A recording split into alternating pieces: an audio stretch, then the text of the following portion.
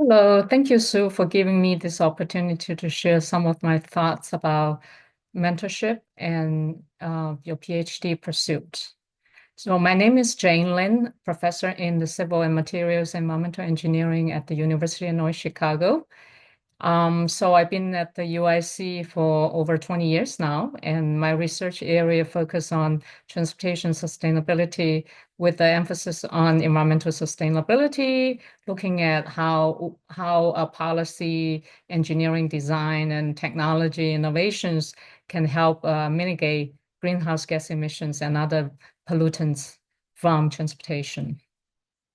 So I just want to share some of my thoughts when I'm looking for prospective PhD student. So the first thing I look in a PhD student is commitment. So when I interview a potential student, I always start with these two questions. The first question is, why do you want to pursue a PhD degree? And the second question is, what do you want to do after you get your PhD degree? So when I ask that question, I don't mean that you already have your future planned out, right? Nobody knows what would happen in the future. But what I'm really looking for in your answer is your commitment, your motivation for PhD pursuit, and what you really want to do after you get your PhD. Honestly, you're going to spend the next 4 to 5 years pursuing a PhD. Alternatively, you could work in a nice company for 4 and 5 years and get promoted during that time. So why do you want to spend that 4 or 5 years of your life pursuing a PhD? So have you thought about what really your heart is when you are deciding to do a PhD?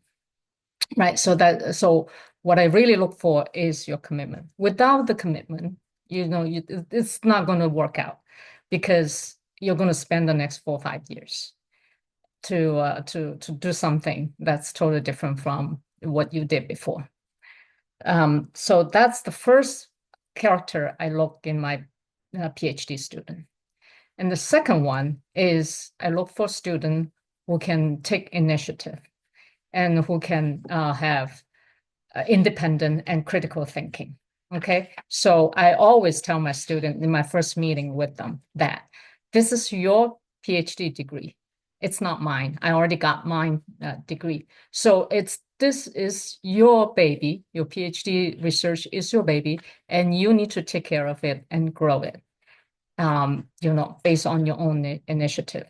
And I'm here to help you, right? But I'm not going to dictate what you're going to do in your PhD degree, PhD research. So that's important. Okay, so I'm not here to babysit. So that's the second character that I'm looking for in my PhD student. And the last one, but not the least one, is integrity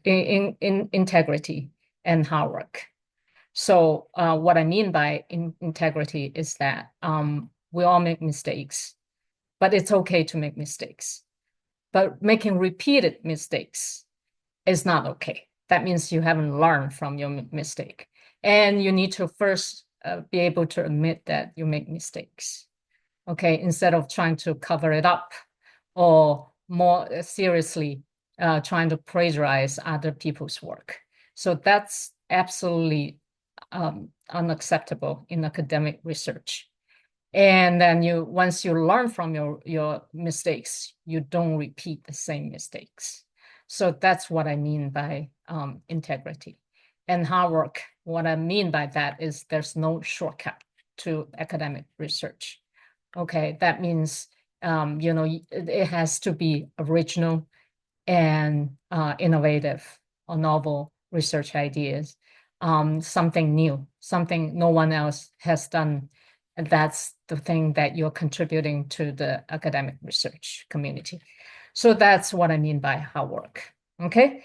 And also, finally, I just want to say that your relationship with your mentor lasts a lifetime. It doesn't end after you graduate.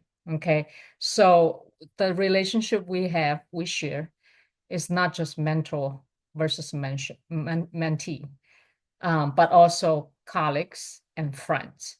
So for the rest of our lives. So make sure you find the right mentor, find the right program, the right school, and cherish that relationship for the rest of your life. Thank you very much. Good luck.